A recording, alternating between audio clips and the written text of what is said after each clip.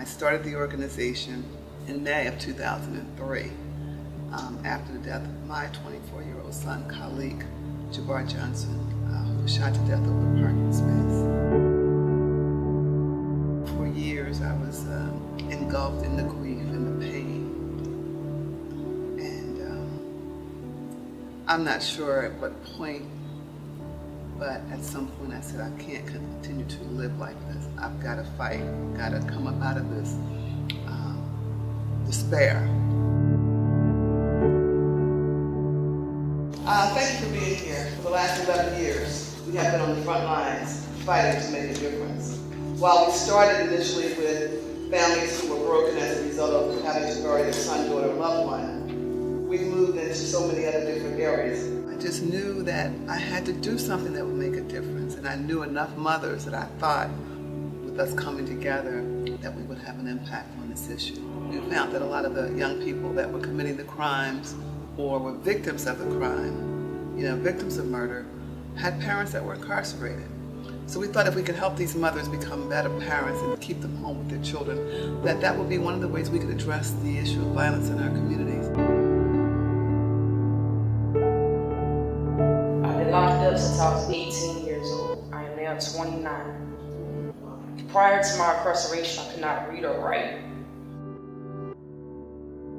Most of the people who come home from prison within 3 years, 65% of those people return back.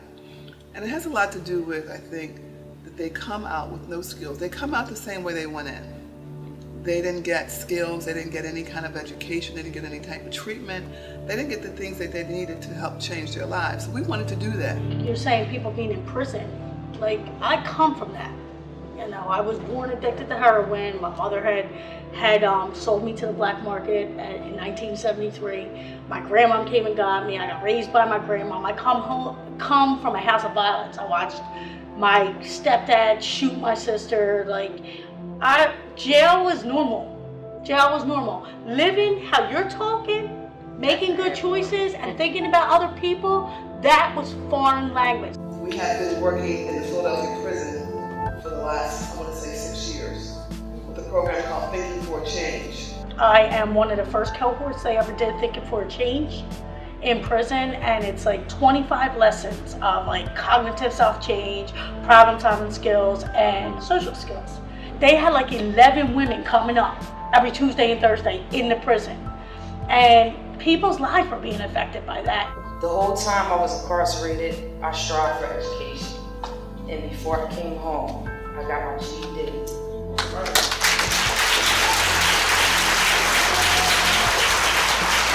I try to do whatever I do with excellence, out of gratitude. Like I told Miss Dorothy, my gratitude is not going to be silenced, and I want to help anybody I can, especially with life skills, stuff I just didn't know. Oftentimes you hear the challenges of men returning to society, yet the challenges of women are too frequently ignored or overlooked. Oftentimes they come back with challenges such as not being able to find a job, not being able to find housing, to be reunited with their children. These are all the kind of things that are challenging, especially for women. I didn't know how my children were going to accept me back. I didn't know if our relationship would just go back to how it used to be. So we came up with Women Working for a Change. There's nobody else who has this. You're getting out of prison, you're getting paid $10 an hour to be a more productive person, in society. But more than that, she was giving you clothes every single day. There's a wardrobe room next door. Having people come in to check you out to see if they will hire you at their place of employment. So what happened to those 12 women working? 11 out of the 12 have a job in 10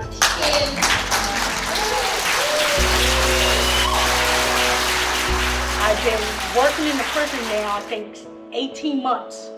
Twice a week I'm up there. I'm up there with the juveniles, I'm up there with the adults, which is beyond my wildest dreams still. To go in with the prisoners, and I'm not a prisoner. Certificate of completion.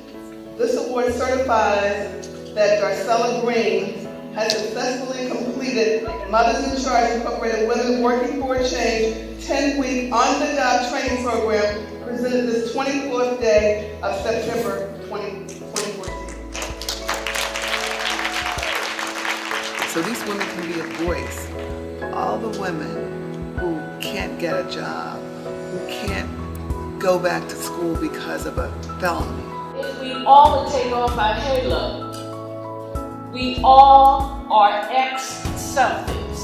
They can't get housing because of a felony.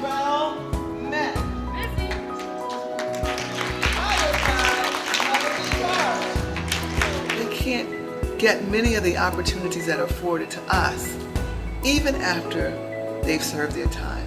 They will benefit, their families will benefit, the community at large will benefit. So the goal is to have them become strong advocates and be a voice for women who deserve to have a second chance.